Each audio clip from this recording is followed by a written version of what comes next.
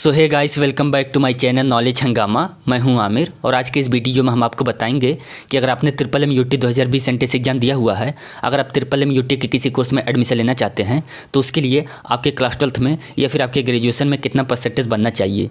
देखिए, अगर आप ट्रिपल एम यूटी के किसी कोर्स में एडमिशन लेना चाहते हैं तो उसके लिए ट्रिपल एम यूटी में बहुत ढेर सारी एलिजिबिलिटी होती है। अगर आप हर एक एलिजिबिलिटी को फॉलो करते हैं तभी जाके आप ट्रिपल एम यूटी के किसी कोर्स में एडमिशन लेने के लिए एलिजिबल होते हैं। उन्हीं में से एक होता है आपके क्लास 12th का परसेंटेज।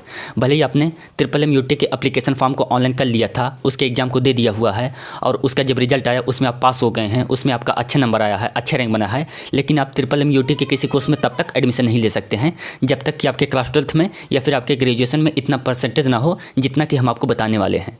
तो चलिए हम आपको बताते हैं कि आपके ग्रेजुएशन में, आपके क्लास 12th में कितना परसेंटेज होना चाहिए। नंबर 1, सबसे पहले हम आपको बताते हैं बीटेक कोर्स के बारे में।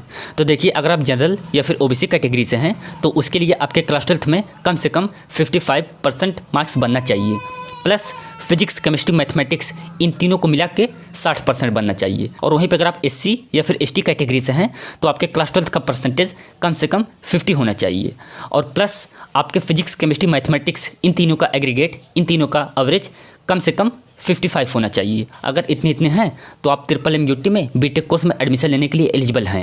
ये तो हुआ बीटेक कोर्स के बारे में। नंबर 2, अब हम आपको बताते हैं बीटेक लेटरल एंट्री के बारे में। तो जैसा कि आप जानते हैं कि बीटेक लेटरल एंट्री 2 टाइप के स्टूडेंट ले सकते हैं। एक तो वो जो डिप्लोमा होल्डर हैं और दूसरे वो जो बीएससी ग्रेजुएट हैं। तो सबसे पहले हम आपको बताते हैं डिप्लोमा होल्डर के बारे में। देखिए, अगर आप डिप्लोमा होल्डर हैं और अगर आप ट्रिपल एम यूटी में बीटेक में लेटरल एंट्री लेना चाहते हैं तो इसके लिए आपके डिप्लोमा में कम से कम 60% मार्क्स बनना चाहिए।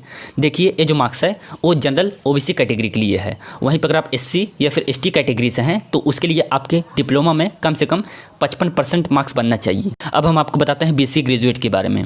देखिए, अगर आप बीएससी ग्रेजुएट हैं और अगर आप ट्रिपल एम यूटी में बीटेक में लेटरल एंट्री लेना चाहते हैं तो इसके लिए आपके बीएससी में कम से कम 60% मार्क्स बनना चाहिए, वो भी जनरल और ओबीसी कैटेगरी के लिए। और वहीं पर अगर आप एससी या फिर एसटी कैटेगरी से हैं तो इसके लिए आपके बीएससी में कम से कम 55% मार्क्स बनना चाहिए, प्लस आपके क्लास 12th में मैथमेटिक्स होना चाहिए। अगर ये सभी चीज़ें हैं तो आप ट्रिपल एम यूटी में बीटेक में लेटरल एंट्री लेने के लिए एलिजिबल हो जाएंगे।